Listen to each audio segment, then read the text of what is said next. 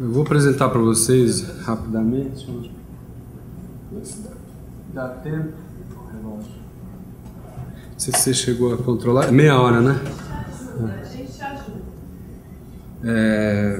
Um filósofo alemão que me impressionou muito, e estou escrevendo um trabalho sobre ele faz uns anos, né? Um doutorado em filosofia sobre esse Peter Sloterdijk, né? De algum modo um grande filósofo que acabou surgindo aí no século XXI, né? E ele tem uma maneira de pensar, pelo menos em partes da obra dele, que é a ideia de design imunológico, né? Então é uma filosofia do espaço, né?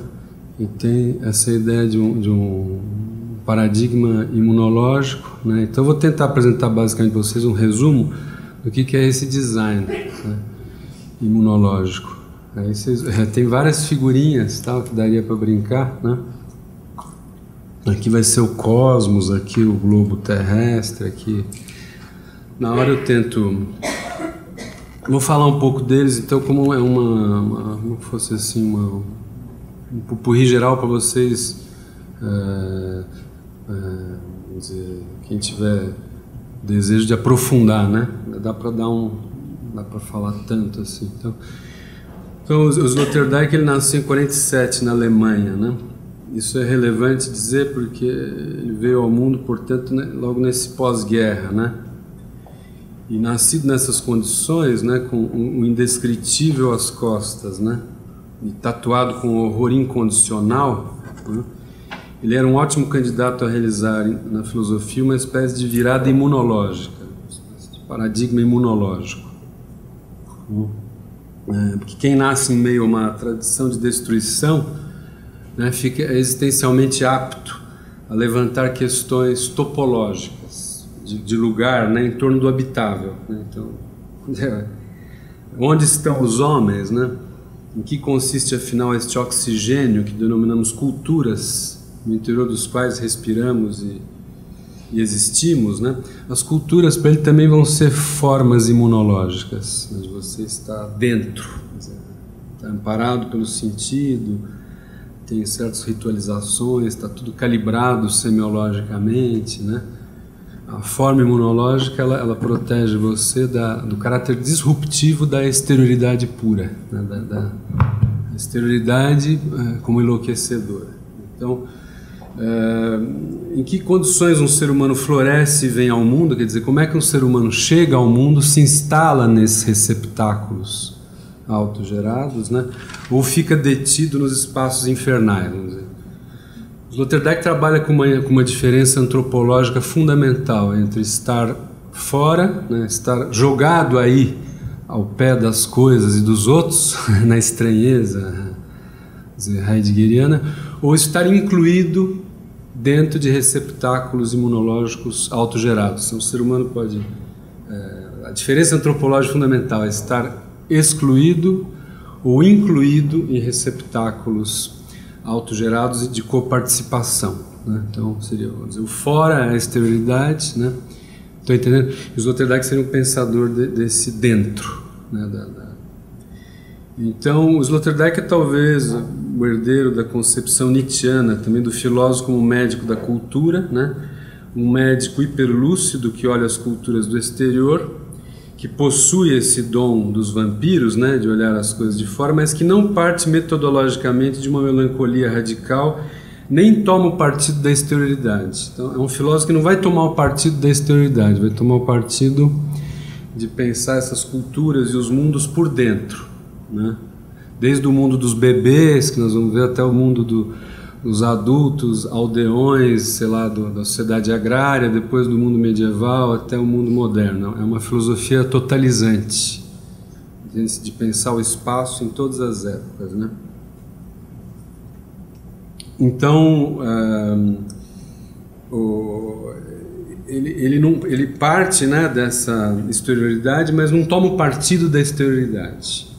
Ao contrário de grande parte das filosofias do século XX, Sloterdijk está interessado em pensar os espaços interiores, suas arquiteturas, seu design, isso que é o design imunológico, e sua conformação, Isso pela simples razão de que os seres humanos, desde que a gente tem notícia deles, sempre existiram no interior desses espaços. Os seres humanos nunca existiram fora nessa exterioridade. Apenas meia dúzia aí, vamos dizer, de seres excepcionais ou místicos ou candidatos à psicose, digamos, né?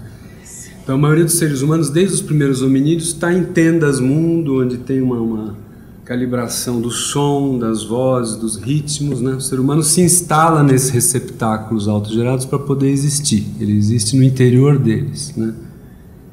E vamos dizer que aí você pode fazer o design de cada um, de uma cultura, A modernidade seria um design aqui que eu não trouxe, de espumas, né? Aqui é o design do mundo metafísico religioso, que é o globo, aqui é o cosmos.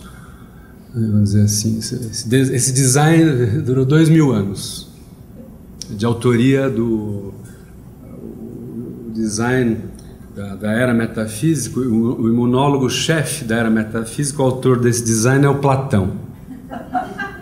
Ele tem essas...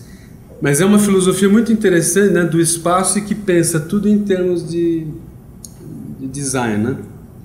Até o fato da gente vir a si mesmo ou não vai ter a ver com o design íntimo, com espacialidades íntimas de ressonância, de relações de complementação íntima para você forjar uma espécie de si mesmo, né? Estão entendendo a ideia dele? É bastante interessante. Isso está num livro chamado Esferas. São 3 volumes, ele publicou de 98 a 2006, né? Esferas 1, 2 e 3. São 2.500 páginas, onde ele esgota essa, digamos assim, epocalmente, né, os vários alojamentos do homem passando pela Terra. Então, os seres humanos, o que são? São arquitetos de espaços interiores. Nós somos designers e arquitetos desses espaços. Os seres humanos, então, jamais viveram numa relação imediata, né, com a natureza ou na proximidade dos fatos, mas sempre no interior de receptáculos autogerados, onde tudo que é encontrado está submetido a climatizações simbólicas, calibragens semiológicas e atmosférico-afetivas. Até os afetos estão, se olhar mais, rir demais, você já está tudo calibrado, né? Eu encontro uma árvore, não é aquela árvore heideggeriana. Eu encontro uma árvore no interior de uma cultura que está já domesticada por um sentido, entende? Então, o ser humano é um animal que gosta da familiaridade, vamos dizer assim. Ele não gosta muito da irrupção da estranheza, né? A cultura é uma espécie de pacto contra a exterioridade. Então, a cultura, como uma forma imunológica, nasce precisamente desse pacto contra a exterioridade, esse exterior radical, né? A gente pode falar disso depois, eu trabalhei muito isso, mas... Então, o pacto contra a exterioridade, a tarefa que ele se impõe, então, é a de descrever esses receptáculos, que são imunológicos por causa disso, porque são de defesa, entendeu? São receptáculos imunológicos. Essa descrição é levada a cabo nessa trilogia Esferas, oferece uma narrativa filosófica poderosa, talvez a maior narrativa filosófica hoje em dia disponível no mundo, concorrente com a de Hegel, a de Marx, a de Nietzsche, mas é uma para nós agora do século XXI, em certo sentido uma filosofia viva, atual, né? Esse relato permite que nos localizemos, né, o nosso endereço epocal em termos de morfologia imunológica. Temos da morfologia. Ele é poderoso, esse relato, pois esse pensador de Karlsruhe, né, ele é reitor da Universidade de Karlsruhe, depois eu falo um pouco dele, ele vai vir para o Brasil agora. Teve aqui depois da publicação da Crítica da Razão Cínica, em 88, ninguém conhecia muito ele, agora ele vem esse ano em outubro. E esse relato então é poderoso, pois ele discrimina as morfologias pré-metafísicas, as morfologias metafísicas, né? E as morfologias da modernidade, né? Onde é que nós estamos quando estamos no mundo de hoje? Então nós não estamos mais num globo, ele vai falar, nós estamos em espumas, em pequenos clubes, né? Vamos dizer, mesmo a esquerda seria um clube universalista, você não teria mais o grande clube, né? Tudo seriam pequenos clubes, esse regime de espumas, né? Então, isso significa dizer que o relato sloterdijkiano abrange desde os primeiros hominídeos na savana africana, a erguer aquelas primeiras tendazinhas, né, de mundo, essa arquitetura de espaço, né, para você existir dentro, né, para parecer algo como, sei lá, o casamento, ir ao banheiro, tudo isso já é dentro das esferas, né? Passando pelo sábio grego a contemplar a maravilha da ordem cósmica na aurora da primeira globalização. Então a primeira globalização seria essa dos sábios gregos, né? que fazem o design dessa esfera inclusiva, né? Estamos dentro do uno, do absoluto, vamos dizer, a era de Deus, né? Então esse é o design platônico, durou bimilenariamente. A modernidade é a catástrofe dessa esfera para ele, que é a tal morte de Deus do Nietzsche, é a catástrofe esferológica, né? Então ele vai fazer uma filosofia que esclarece o presente. Isso que eu achei muito interessante na obra dele. De fato é uma filosofia muito forte da atualidade, né? Então ele vai desde esse sábio grego, né, que contempla a maravilha dessa ordem cósmica na aurora da primeira globalização, vai até hoje, o Esferas 3 vai até um homem enfiado numa cápsula astronáutica, né, ou em um aparelho de tomografia computadorizada, dentro de os prédios inteligentes, coisas da astronáutica, aí quer dizer que são design, tudo é inteiramente produzido pelo homem. Gestel heideggeriano numa versão dizendo, eu não vou instalar uma casa no ambiente, eu preciso fazer o ambiente para instalar alguém lá. Então, para isso eu tenho que ter calculado radicalmente tudo, troca de gases, xixi, tudo isso aí, para poder... Estão entendendo? Então isso seria até onde ele vai, até a cápsula astronáutica, né? Uma espécie de ontologia da atualidade, uma ontologia de nós mesmos, né? Então, em termos da história da filosofia mais recente, a gente poderia dizer que a descrição desses receptáculos imunológicos equivale a uma realização de uma analítica existencial do lugar. Essa questão do espaço pensado existencialmente, né? Uma analítica do serem, né? Eu podia até pular isso, que Sloterdijk está pagando assim uma nota promissória que o Heidegger havia deixado pendente, que o Heidegger não conseguiu fazer isso, digamos, essa analítica do espaço concretamente qualificado, né? Vou pular, mas como Hannah Arendt, né, Sloterdijk olha estrábica e complementarmente para Heidegger, e reivindicando a herança de Bachelard, a herança bachelardiana, mostra que o pensador da Floresta Negra não pôde discriminar entre o pequeno e o grande. O Heidegger não soube discriminar as microesferas íntimas, afetivas, que dão conta de como é que a gente se enraiza ou não no mundo e chega ou não a ter um si mesmo. O esquizofrênico, o psicótico não chega a nascer para dentro do mundo. Então, os seres que ficam, né? O Heidegger não sabia muito tratar dessa questão. Quando ele falava do ser no mundo, já era o mundo dos adultos aí, tomando táxi na Paulista, né? E não dessas relações de complementação que você tem vamos dizer, na infância para poder chegar a si. Aí também tem toda uma redescrição da psicanálise winnicottiana em termos filosóficos, que ele vai fazer também, muito bonito. Toda a questão da antropogênese é o Esferas 1, que são esses espaços íntimos. Vou tentar mostrar para vocês isso, né? Então, quer dizer, o Heidegger não sabia discriminar entre estar no pequeno ou estar no grande. Você está no colo da sua mãe, está no berço ou está na Paulista, né? O homem não é um ser jogado no mundo, esse Geworfenheit, né, para dentro de uma única grande esfera impessoal, mas alguém que é parido, chega ao mundo, transita de um espaço a outro. No início, por exemplo, ele sai do calor sonoro da piscina amniótica, né, que você está dentro da placenta. O Sloterdijk tem muita coisa do som, da música, porque ele vai pensar o chegar a si, não em termos de uma visualidade, né, para sair do imaginário lacaniano, mas muito em termos de som. É como se você tivesse uma música, né? Eu toco a sua música, ao cantar a sua música eu adenso o seu ser, você se incorpora em termos sonoros, né? O Sloterdijk, o juízo final está no início da vida, se você teve uma canção de boas-vindas, digamos. Mas isso é para sair um pouco da psicanálise e do domínio da hegemonia da visualidade. Mas tudo isso também eu trouxe aqui as esferas íntimas, tem 2 comprimidos meus aqui, A esfera íntima tem dois epicentros, cuja ligação é ela própria uma espacialização que contém, que ampara e sustenta, né?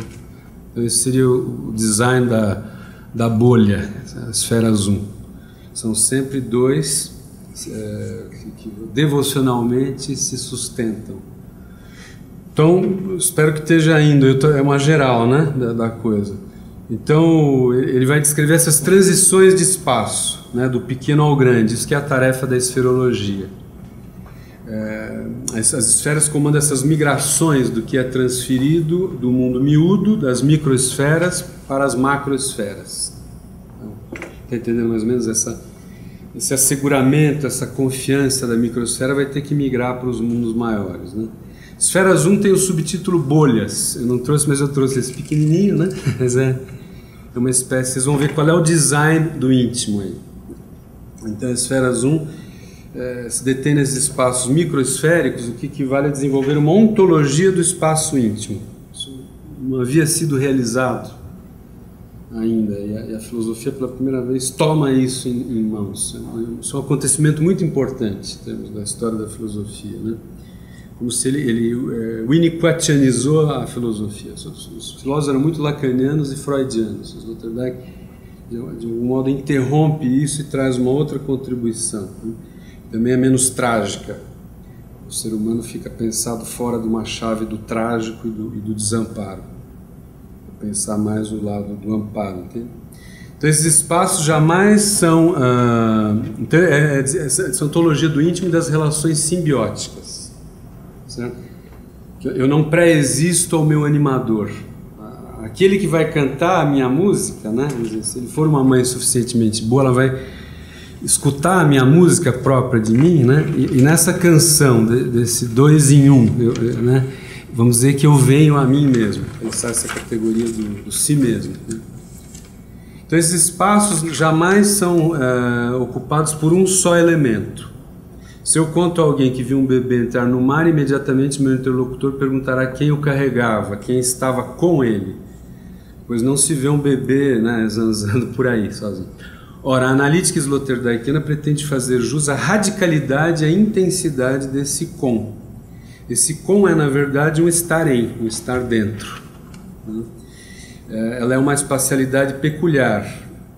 Estão entendendo? Então, a espacialidade íntima, de algum modo, se eu estou um casal com um aliado, eu pertenço já, eu estou migrando para o espaço interior e já não estou fora, né, jogado aí ao pé dos outros e dos seres, nesse enlouquecimento da exterioridade, né? Então essa espacialidade aí desse dois em um ressoante, digamos, né, ela é um estar dentro, ela é uma espacialidade peculiar. Quem não a adentrou simplesmente não pôde se sentar à mesa dos humanos, definhou ou abortou de susto, né? Rasgou-se na exterioridade, como eu falo, vai ser heideggeriano ou deleuziano, ou é corpo sem órgãos ou é pastor do ser, mas a maioria está internado.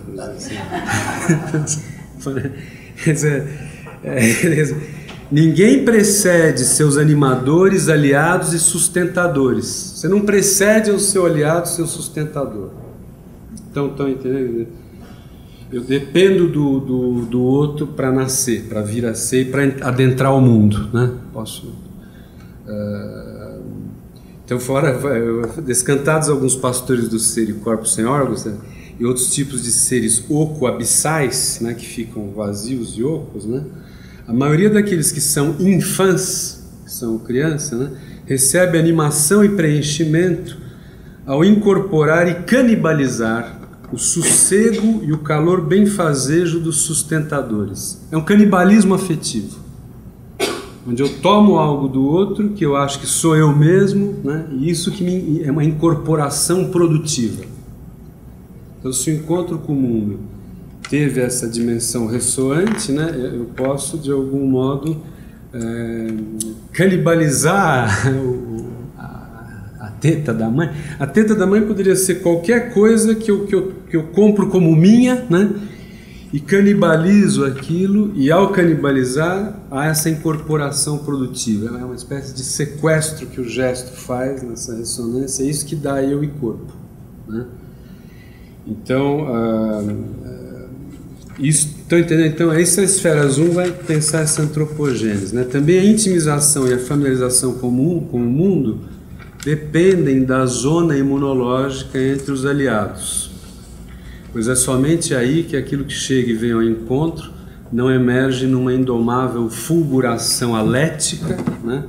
Mas na hospitalidade do como se tivesse sido criado por mim. Quer dizer, entre os aliados que as coisas chegam nesse, chama de bilu-bilu na aletheia, né? A aletheia é disruptiva, né? O bilu-bilu é você, o bebezinho acredita que ele fez o copinho sai dele, né? É isso que vai dando esse mergulho no mundo, né? Então Sloterdijk é um pensador do dentro. Ele vem dizer, depois do Blanchot, do Heidegger, né? Do Lacan, e dos espaços interiores, né? Aí eu podia até pular, mas só para chegar nos designs, né? Você está entendendo os designs? Para ele o próprio nascimento é passagem, acho que eu vou pular isso aqui, passagem de um interior mais estreito a outro mais amplo, né? Então você sai do líquido amniótico, você é sustentado pelo primeiro com é placentário, né? Para ao sair encontrar o abraço de uma mãe, que a mãe aí pode ser qualquer um, né? Transita-se assim de um primeiro estar dentro íntimo para um outro. Uma mãe é aqui pensada como lugar, né? Uma forma receptáculo, é uma estrutura imunológica. Uma mãe é uma estrutura imunitária espacial para você não definhar e não encontrar exterioridade, né? São estufas imunológicas onde você floresce ou não, né? O louco, como eu sempre digo, é alguém que teve o azar de encontrar um aliado desatento ou sádico ou intrusivo, né? A loucura é relacional, né? Depende de um azar, digamos assim, né? Tem um livro do Harold Sears que ele cita, eu tinha lido quando jovem, muito interessante, chama-se L'effort pour rendre l'autre fou, o esforço para tornar o outro louco. É um livro de um cara que trabalhava com esquizofrênicos, o Harold Sears, né?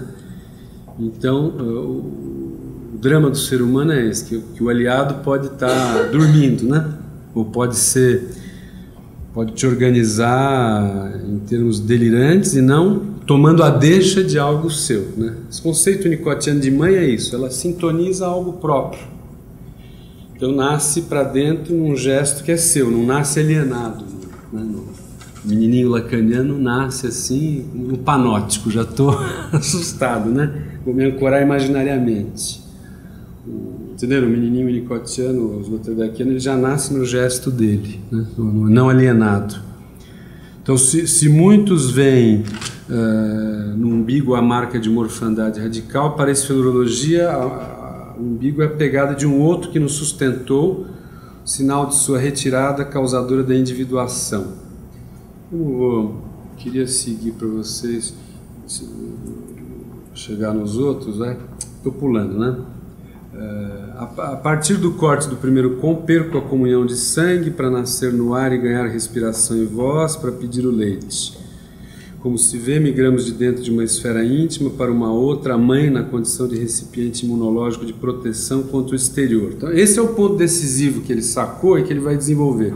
Se o ser humano é hiperexposto ao exterior e ao estranho, ele rasga, ele enlouquece, né? Tem uma teoria da psicose em esferas 1. A psicose é a marca de uma mudança de envoltório fracassada. Se não há o outro que na condição de anfitrião nos dê as boas-vindas, né? Essas boas-vindas que você... E faça o que eu chamei de bilu-bilu na aletheia, né? Você vê, o Heidegger é um pensador que eu chamo de borda, de fronteira. Ele gosta de pensar o acontecer da coisa exatamente quando quebra o sentido do mundo. Ele pensa sempre... Quando isso aqui desfaz, né, ele gosta, né? Aí você está lá, ele chama para isso. O Sloterdijk fala, não, vamos pensar o dentro, eu quero pensar as culturas, né, os receptáculos, as arquiteturas imunológicas. O homem não pode desfazer disso como uma defesa, falar, não, vamos virar todo mundo indigente aí, corajoso. Não é bem assim. O pensador muito mais ligado ao mundo, digamos. Não é um pensador, vamos dizer, rebelde, né? É interessante, é uma filosofia muito mais serena, inclusive na relação com a modernidade. nesse sentido de Benjamin, Heidegger, é uma ruptura, uma filosofia mais para mundos que virão mais conservadores. Eu penso assim, acho que ele também acha isso, uma filosofia mais... você não tem mais aquela coisa muito crítica em relação à modernidade. A gente vai ver que a modernidade para ele venceu. O ecúmeno capitalístico global venceu. Não há mais como sair disso. O futuro é dos coxinhas, vamos chamar assim. Em termos da filosofia dele, infelizmente, a gente vê que, de fato, é isso que está se preparando. Não há como negar isso. Mas depois a gente pode discutir isso aí também. Mas é um tipo de filosofia que não é mais tanto na linha, não é tão como Adorno, Heidegger, entende? É muito mais serena a relação com o mundo moderno. A gente pode discutir isso. Então a questão dele é essa, né? Que você então...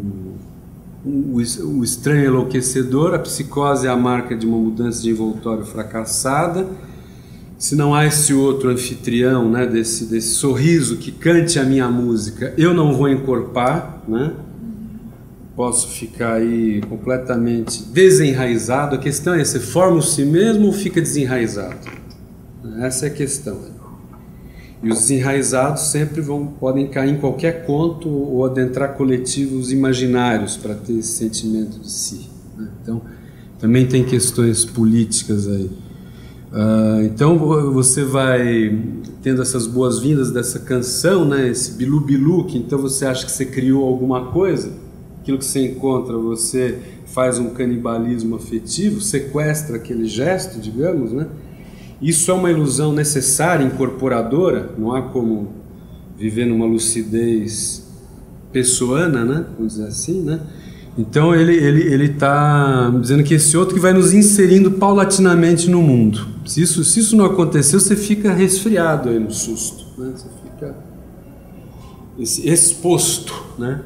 Como se fosse assim, jogado ao pé dos outros e você fica sem nenhum lugar, né? Aquele menino que fez o ataque lá no Rio de Janeiro, você vê que ele estava tão negligenciado, parece que eram pais adotivos que já tinham também abandonado ele. Ele ficava numa salinha tentando sintonizar com grupos islâmicos, né? Quer dizer, tentando ter lugar de algum modo. Isso é quando você abandona o ser humano, ele fica assim, sem lugar algum, né? As esferas acontecem, então, entre os seres humanos. As esferas são criações espaciais imunologicamente eficientes para seres como nós em que opera o exterior. Seres como nós, onde opera o exterior o estranho, a gente necessariamente faz essas criações imunológicas. Não há como não fazer, entende? Ele está descrevendo algo que não é observável empiricamente, né? Mas a esfera está aí, você precisa só conseguir... olhar para ela, né? Não um olhar positivista, mas... Então esse pensamento central não abandona o Sloterdijk, que é a partir dele que se poderá redescrever as culturas e a própria filosofia como ensaios de arquitetura e design imunológico. A própria filosofia vai ser redescrita como design, né, imunológico. Então Platão é um design e tal, né? Então aqui eu posso pular um pouco para entrar... Fico falando muito do Esferas 1, que eu gosto, mas Esferas 2... tem um subtítulo, ainda dá uns 15 minutos, né? Eu vou ler o 2, então, pulando aqui. Já a Esferas 2 tem o subtítulo Globos, né? Neles, Sloterdijk estuda a grande época metafísica, seu projeto imunológico específico, a saber que o ente no seu todo, totalidade do ente, incluídos nós mesmos, estamos dentro. Tudo que é se encontra protegido e amparado sob a forma, o império de uma forma organizada. Tudo está localizado, contido e envolvido por uma periferia máxima. E o centro irradiador da esfera, né, persiste vinculando e nutrindo tudo que é, né? O reator central aí é Deus. Ele anima a totalidade do ente, agrupa tudo, né? Isso que é a era metafísica, digamos, né? Então, os Sloterdijk dizem assim: com essa imagem da esfera se estende o evangelho da inclusão total. Nada real pode estar verdadeiramente fora, nenhuma coisa existe separada do corpus e continuum do uno. A meditação filosófica do envolvente deixa claro que o universo, por maior que se suponha, pode ser representado como um espaço interior, uma esfera compartilhada de força e sentido, né? Então, pra vocês terem rapidamente aqui, entrar na modernidade, né? Para o homem da era metafísica, estar no mundo equivale a estar em Deus. Está amparado aí no cosmos, né? Platão é o designer dessa nova situação. Acho interessante o jeito que ele escreve. Platão é o imunólogo-chefe da era metafísica. Ele é o arquiteto imunológico. Toda a era da igreja, tudo vem do design platônico. Isso durou muito tempo. Isso estoura em 1570. E nós, modernos, ficamos de novo jogados numa exterioridade e vamos para a superfície de um globo terrestre. Nós estamos mais dentro do cosmos, né? Vamos então tentar dominar esse mundo aí. Essa esfera aqui empiricamente imperfeita, aí vão ser as navegações, vai ser a era histórica, né? Digamos que a era histórica começa em 1400 e pouco, para ele termina em 1970 e pouco. E nós estaríamos agora numa terceira globalização eletrônica que já é Global Age. E aí um conceito muito controverso de pós-história. Nós já seríamos pós-históricos. Por isso que eu falei que os coxinhas são eternos. Agora nós estaremos adentrando no espaço pós-histórico, temos que pensar que é isso, né? Situações asseguradas, declínio radical da praxis, toda coisa da ação histórica tende a uma espécie de inibição cada vez maior. Então isso é a descrição meio estranha, né? Que é dessa pós-história, mas se vocês leem, é muito séria, muito convincente, muito interessante. Mas vocês estão entendendo? Então ele vai contando a história até chegar numa espécie de esclarecimento da nossa situação. Então, só para vocês verem, então Platão seria o designer desse treco, né? O Esferas 2 escreve ao longo de mais de 900 páginas as vicissitudes dessa forma imunológica globo, desde a sua aurora na primeira religião do Logos, passando pela elaboração do cristianismo, nos termos prévios da ontologia da esfera, quer dizer, essa forma univolvente da esfera, né, objeto da veneração do sábio grego, ela já lograra o seu objetivo imunológico de exorcizar a exterioridade bem antes da vinda do Cristo, né? O Agostinho que vai jogar um cara legal, uma religião de geômetra, vai virar o cristianismo. É o Agostinho que vai fazer esse mix aí da Bíblia com o mundo dos gregos. Ele vai contar essa história no Esferas 2, né? Até a tragédia morfológica, que é a história isso aí, que conduz à modernidade. A modernidade estoura a esfera. Nós estamos de novo naquela psicose epocal, vamos dizer. Os marinheiros vão para o mar e vamos aí ter que se virar. Deus morreu, vamos trabalhar, vamos comprar régua e compasso, vamos fazer seguro, né?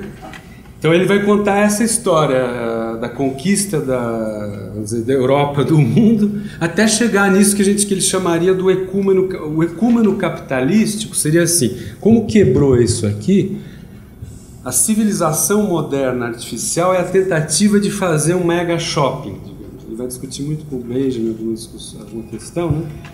Mas ele toma o partido do Dostoiévski quando fala do diagnóstico em 1860 e pouco do Palácio de Cristal. Então o homem moderno estaria dentro hoje de uma imanência mágica de cosmopolitismo e luxo, né? Que seria como se fossem esses aeroportos, as cidades. Esse seria o locus do homem moderno de hoje. É um dentro inteiramente criado por nós. É um tipo de... E daí toda essa questão, aí tem várias questões filosóficas muito interessantes, né? Esse livro, Teorias Filosóficas da Globalização, tem uma discussão com o Walter Benjamin muito boa sobre a questão da forma das passagens e Dostoiévski com essa forma do palácio.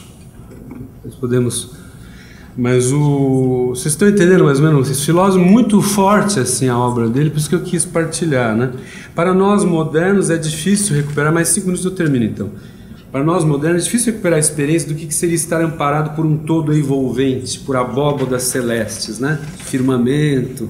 O mundo era todo abobadado, né? Quando Pascal diz que o silêncio eterno dos espaços infinitos me apavora, ele está descrevendo a experiência do homem moderno, né?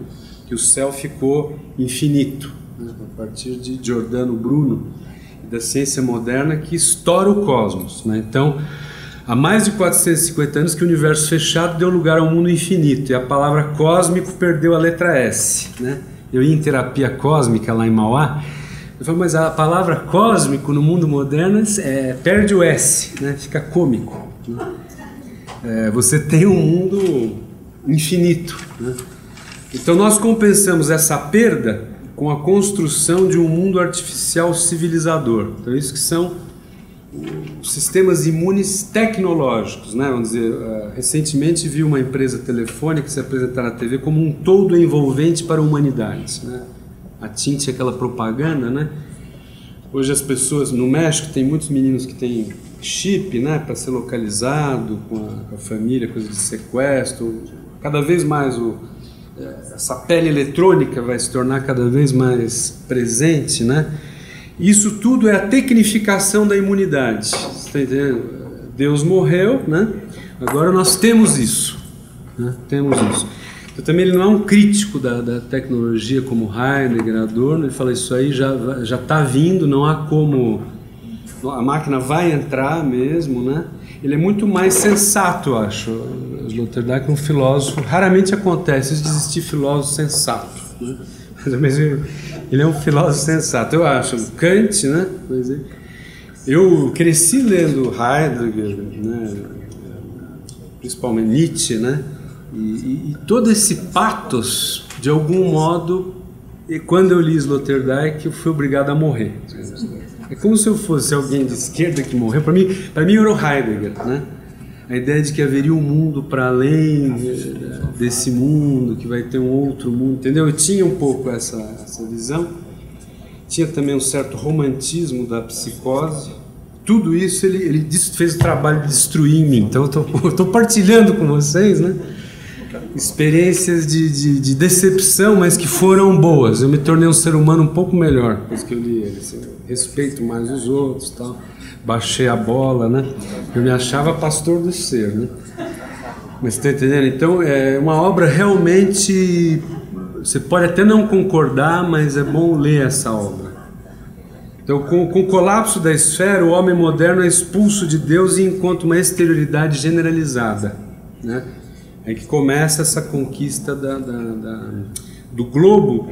Agora é a superfície rugosa mesmo da Terra, entende? O homem aí sai naquelas naus lá, aquelas naus psicóticas, né? Que vai para uma exterioridade imensa, né? Mas aí alguns fazem mais seguro, calculam melhor, né? Então vocês estão entendendo mais ou menos a ideia? Tem essa esfera estoura, começa a era histórica, e a era histórica também termina quando a última colônia, acho que de Portugal, é devolvida. Ele data Global Age, só para dizer que aí seria o último dentro onde nós estamos hoje, é esse mega interior capitalístico aí global. Só que, sei lá, de 6 bilhões, ele fala 3 bilhões estão fora. Ele não está louvando isso aí, né? Mas dizendo, esse é um horizonte aí meio intransponível. É isso que as pessoas querem. Não vai chamar a sociedade ocidental europeia de niilismo europeu, como Heidegger falava. Todo mundo quer morar lá, quer ter uma... Está entendendo? Então, não há uma espécie de alteridade, não vai abrir uma outra clareira epocal aí, como queriam o Heidegger e muitos. Não vai ter um reesquentamento da história com uma nova clareira aí epocal. Então, basicamente, a gente poderia conversar muito, né? Mas eu só fiz um resuminho. Então, a civilização, né? É ela própria, né, uma resposta, vamos dizer, agressiva, desiludida à morte de Deus, né? Então já não estamos mais dentro agora, mas na superfície rugosa do globo terrestre, é ele mesmo quem deverá construir o homem, né? Seus sistemas imunológicos. Essa nova situação, esse excentrismo não satânico, porque na época metafísica o excentrismo é satânico. A modernidade é um excentrismo não satânico, né? Essa autorreferência, está todo mundo fora, é um excentrismo não satânico, né? Então a modernidade liberou os homens do imobilismo, né, dos braços de Deus, e os lançou no movimento e na ação. Vamos para frente. Acabando. Não, só para ser chato. Então, não é que acabou, é que agora tem perguntas e, então, sei lá, né? Eu estava triste que a sempre gostando, mas é só para última linha. O cálculo e o seguro entram no lugar de Deus, e a palavra fundamental da era moderna é descobrimento. Algo que designa o superacontecimento da tomada e registro da Terra. Só isso, para acabar, né? Que se refere ao conjunto das práticas mediante as quais o desconhecido se transforma em conhecido, o não representado em representado e registrado. Quer dizer, o cara vai lá, faz um mapa, desenha aquela planta, isso é a modernidade. A época da imagem do mundo, tá entendendo?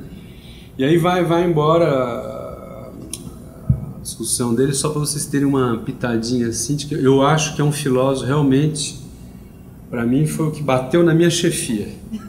Eu falei, pô, tá batendo no Heidegger, batia no Heidegger, tem crítica ao beijo, eu falei, pô, aqui a gente se ajoelha, né, para esses autores.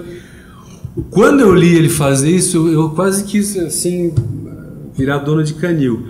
Mas eu falei, ele tá certo. E eu percebi em mim mesmo o fracasso de muitas coisas que eu acreditava, né? E infelizmente caí na vida de novo. Obrigado.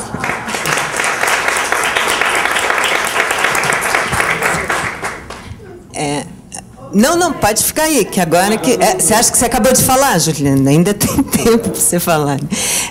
Bom, a gente começa agora, né, as perguntas. Quem gostaria de começar?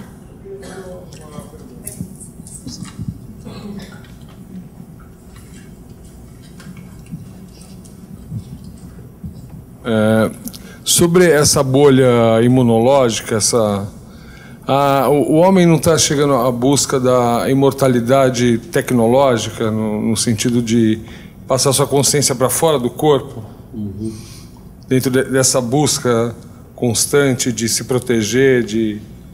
Essas nuvens, né, que chamam de rede, né, que seria em termos filosóficos o espírito objetivo de Hegel, né, que já está tudo aí nessa nuvem, né, isso já é uma experiência presente para nós, né? Agora essa questão da imortalidade biológica, acho que talvez demore muito, mas existe essa coisa de uma reciclagem de órgão, né? Tem aquele Ray Kurzweil lá nos Estados Unidos, ele fala que já é o primeiro imortal, né? Então você teria um processo de ir reciclando, trocando órgão, né? Mas isso os Sloterdijk não entra. Acho que a morte vai continuar ainda nossa amiga por muito tempo. Só que não que ela vai ser assim também tão, né, dignificada como alguns pensadores, né, tipo o Heidegger e tal. Para ele a questão da morte do outro é até mais importante que a minha própria morte, sabe? Essa minha antecipação pânica da minha morte, né? Isso para ele não... Mas eu acho que isso aí a gente conseguiu uma longevidade, né, maior, assim, você está conquistando 10, 20 anos, né? Por enquanto é isso, né? A pessoa vive mais.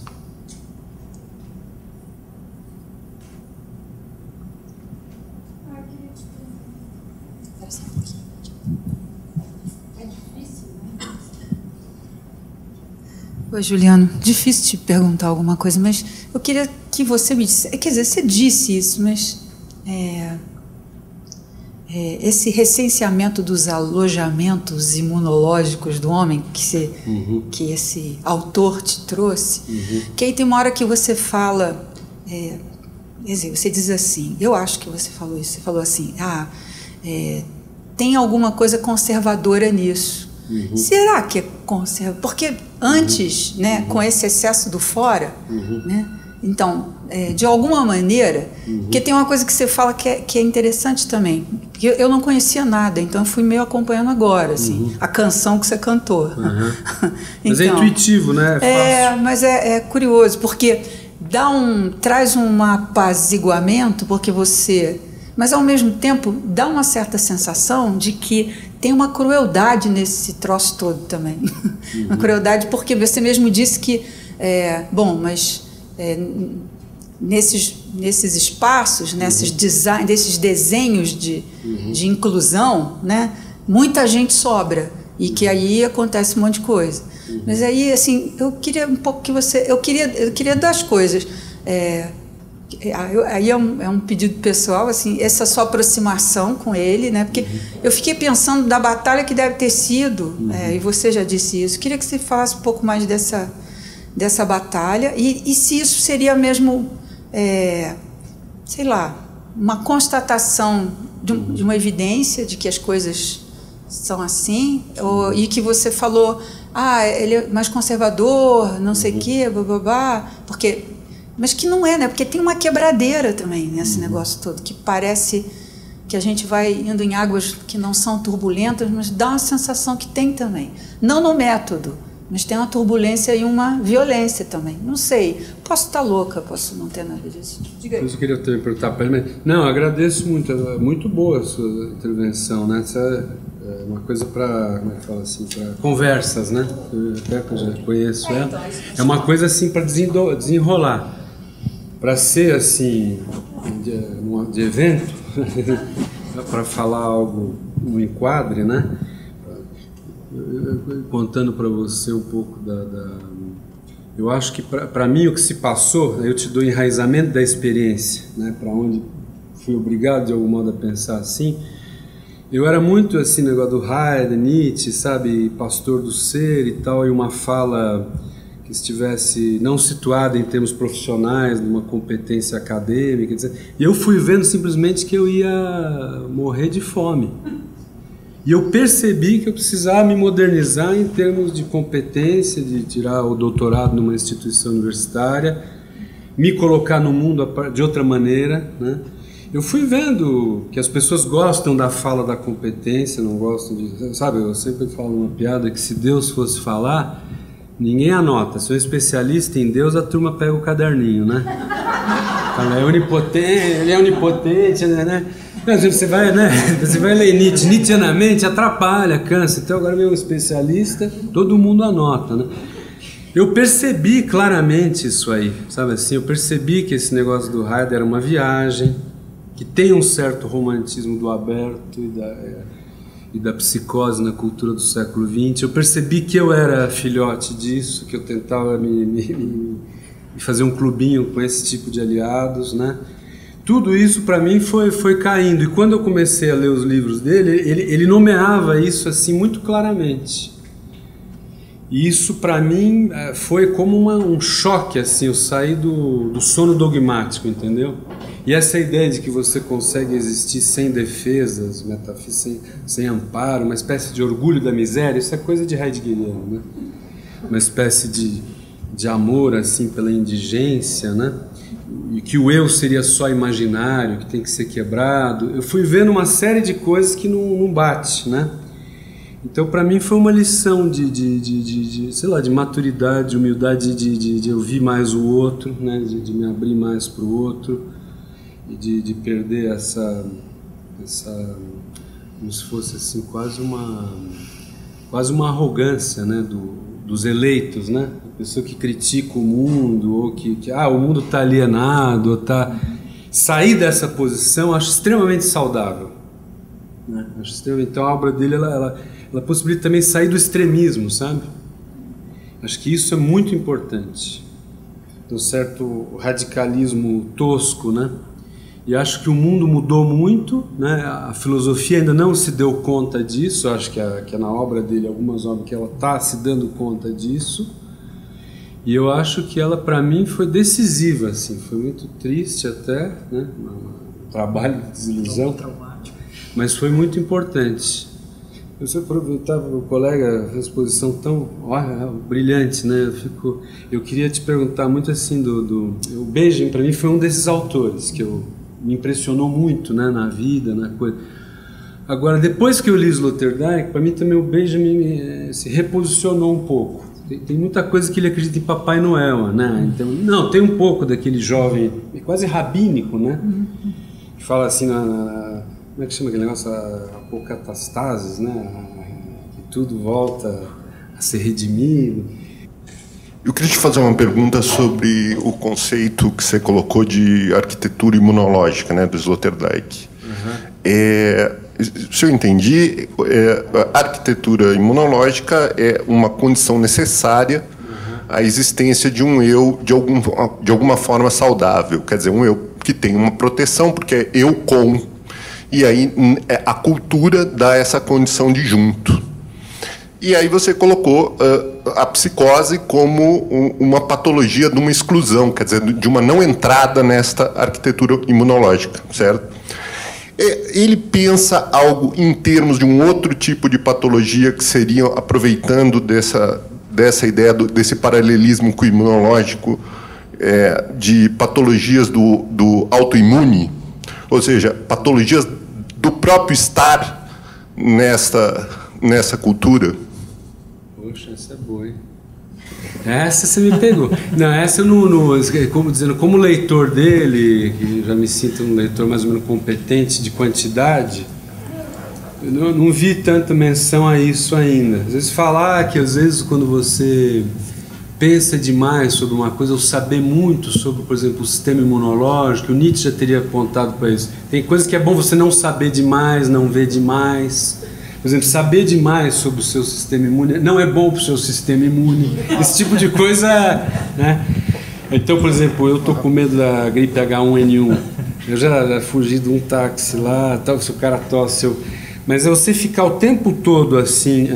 Tem certas coisas que você saber demais. Não, estou brincando aí, mas a sua pergunta é excelente. Agora, a primeira parte, quando você fez esse resumo do que eu falei, é exatamente isso. As arquiteturas imunológicas são necessárias, não há como você quebrar as defesas, né? Quer dizer, esse ser humano exposto e rasgado aí é muito raro e sofrido, digamos assim. Ele não tem nenhum, o Sloterdijk não tem esse romantismo da psicose, como eu falei, que acho que tem muitos autores franceses herdeiros do Heidegger. Toda essa ideia do evento, né? O evento, e sempre que quer fazer política quebrando o eu, né? Ele não tem essa mística aí, né? Você perdeu o eu, é desagradável, né? Então tudo isso que você falou é perfeito. Quanto ao segundo aspecto da sua pergunta, eu me lembro, em termos textuais, só alguns momentos ele fala essa observação de que nietzschiana, né? Que às vezes o excesso de lucidez não é bom para a sua saúde, né? Mas assim, de que há uma você está dizendo assim, como se, qual seria o... Não, é que a minha pergunta veio de quando você falou a ideia da me pareceu, e você começou a explicar essa questão da arquitetura imunológica, né? Me pareceu muito próximo da ideia freudiana de cultura e neurose, né? Ou seja, aquilo que promove a cultura é, ao mesmo tempo, a possibilidade da neurose, né? Então eu estava pensando se o Sloterdijk pensa alguma coisa nesse sentido. Eu acho que né? talvez eu acho que tem doenças autoimunes assim, tem tipos de sistema imunológico, de design imunológico, que talvez para alguns seres, de algum modo, né, aquilo dê reações alérgicas, né? Vamos dizer, dentro de um certo design imunológico que você fica alérgico àquele tipo de design. É possível, mas embora aquele design seja epocal, entende? Então hoje, por exemplo, esse negócio de controle, biometria, não tem como, vamos dizer, num mundo de bilhões de seres não ter isso, né? Aí pode ter, vamos dizer, algumas pessoas, digamos, que vão ficar mais paranoicas. Tô dando, né? A questão dele é mostrar o design epocal, e aí podem ter seres ali que não gostam, entende? Agora, em geral, não. Esse design ele é disputado, né? As pessoas, por exemplo, no caso hoje, as lutas políticas da modernidade para ele é para você entrar mais nesse palácio, quer dizer, ter mais dinheiro no bolso, seguro saúde, né? Aquilo que o Nietzsche chamava do último homem, né? É essa a questão. Mais gente quer ser o último homem. Então esse é um dos aspectos também da obra do Sloterdijk. Não tem esse além-homem, não tem a superação da técnica da metafísica no Heidegger, nem tem revolução de esquerda. Não tem. E as pessoas buscam, né, esse mundo. Essa que é... Então, vamos dizer que o tipo de design epocal, né, ele domina mesmo.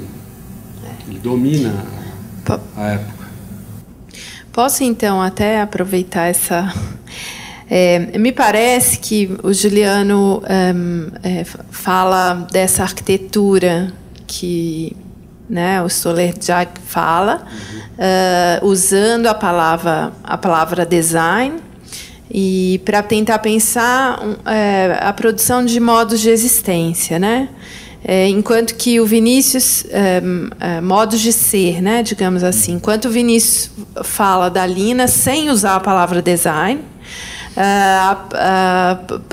mostrando como a Lina produz um modo de ver, né?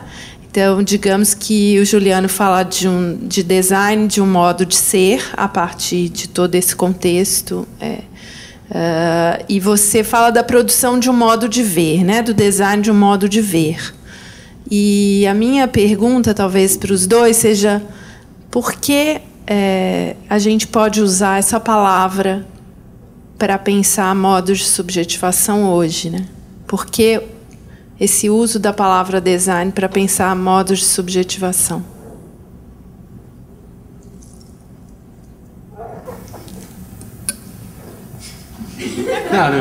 Não, no caso dele, eu acho que o termo design porque é uma filosofia do espaço, né? E eu vou dizer, o design hoje, vamos dizer, é produzido pelo homem, né? Digamos assim, os espaços, a casa, né? Um prédio inteligente, né? Ele está pensando sempre em termos do onde estamos concretamente, né? E é como se fosse detalhar bem o que seria uma filosofia espacial, né? E esse desenho imunológico, digamos, ele tem especificidades, né, historicamente, né? Então é hoje que há um predomínio do design, né? Então design quântico, né? As pessoas conheciam no aeroporto de Santa Catarina um cara que era de física quântica fazendo design de vida, né? Temos de arquiteturas atômicas, né? Quer dizer, aí o homem está numa situação, não teria designer de arquitetura atômica na época, né, do design metafísico, né? Então não diz tanto assim, modos de subjetivação, esse tipo de pensamento, né, mais deleuziano, essa coisa. No caso dele, diz respeito mais a epocalizações e aonde estamos. Entende? Essa questão da subjetivação, mais aquilo ali, o cara ficou para fora ou adentrou. A hora que adentrou já está incluído em receptáculos comuns, participativo e tal. Bom, eu diria que para entender o design é preciso entender esse novo modo de ver do século XIX. O design surge nesse mesmo período, né? O Palácio de Cristal, as passagens, são todos exemplos do que eu falei aqui, dessa destruição desse mundo do século XIX, do mundo burguês, dos espaços interiores, desse mundo aveludado, e que também eu acho que dava esse sentido de interioridade, né? E, né, você falou de modos de subjetivação, né? A subjetividade burguesa estava ligada a esse interior, né? A divisão da vida privada e da vida pública era muito claro, né? E o design, principalmente no sentido arquitetônico, né? Essa nova arquitetura de aço e vidro, ela vai simbolizar a destruição desse espaço do século XIX que permitia essa subjetividade.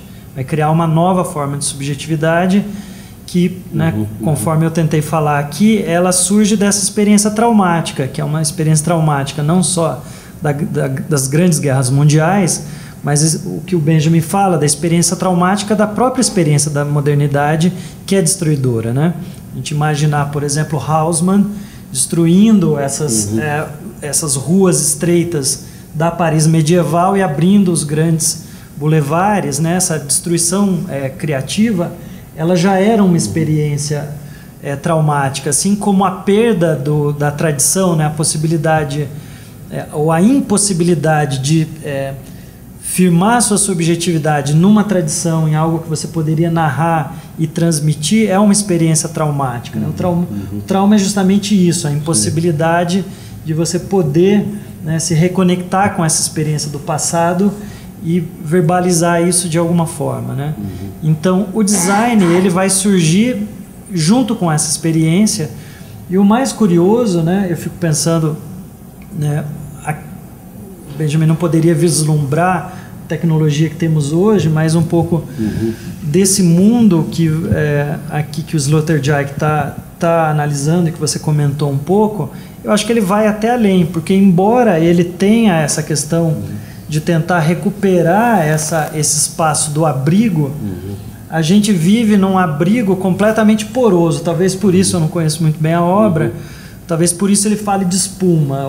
Né? É um ambiente onde, por mais que ele traga esse novo abrigo, ele está permeado por todos os lados, ou seja, né, principalmente por meio da tecnologia e desses novos designs. A gente, né, ou seja, porque a gente está no nosso espaço a princípio privado, a princípio protegido, e está o tempo todo colocando imagens dessa privacidade na internet, na rede. Então, não, você pegou bem a ideia. Um pouco... rapidamente para dizer isso, aqui na era metafísica o animador é central, vamos dizer. Então nós temos um animador único para todo mundo, o cabeludão lá, para todo mundo, né? Na situação de espuma, tudo fica descentrado, vamos dizer assim, e tudo que para você ama, aquilo que você é íntimo, tal, para o outro ali é uma exterioridade qualquer. Por mais que você estude, leia, se finalize com um monte de coisa, a maioria das coisas para você vai ser estranha.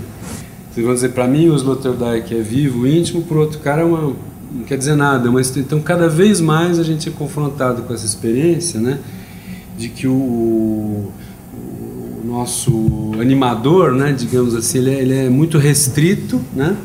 Tem o risco de, como é que ele fala, de resfriamento, virar um ponto depressivo isolado, de você não encontrar. As espumas são muito instáveis, né? Mas é basicamente isso, são pequenos clubes, né? Você não tem, como eu falei, mesmo um pensador de esquerda lá, se arrugaria uma fala para a universalidade, é uma fala de clube também, tudo virou. Isso que é o regime de espuma, né? E aquilo que você, por mais que você se informe sobre tudo, a maioria das coisas vai chegar como estranha para você. Essa condição mesmo do homem moderno. Mas é bem o que você viu.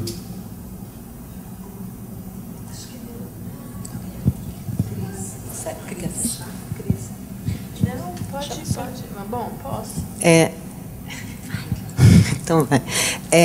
Bom, acho que a gente finaliza, né? A não sei que alguém tenha ainda alguma pergunta. Não? A gente está na hora. Bom, então eu queria agradecer, né, a presença do Vinícius e do Juliano, né? Agradecer a presença de todo mundo e lembrá-los que amanhã às 10 da manhã tem mais. 9? Amanhã 9? 9 da manhã tem mais. Tá bom? Obrigada.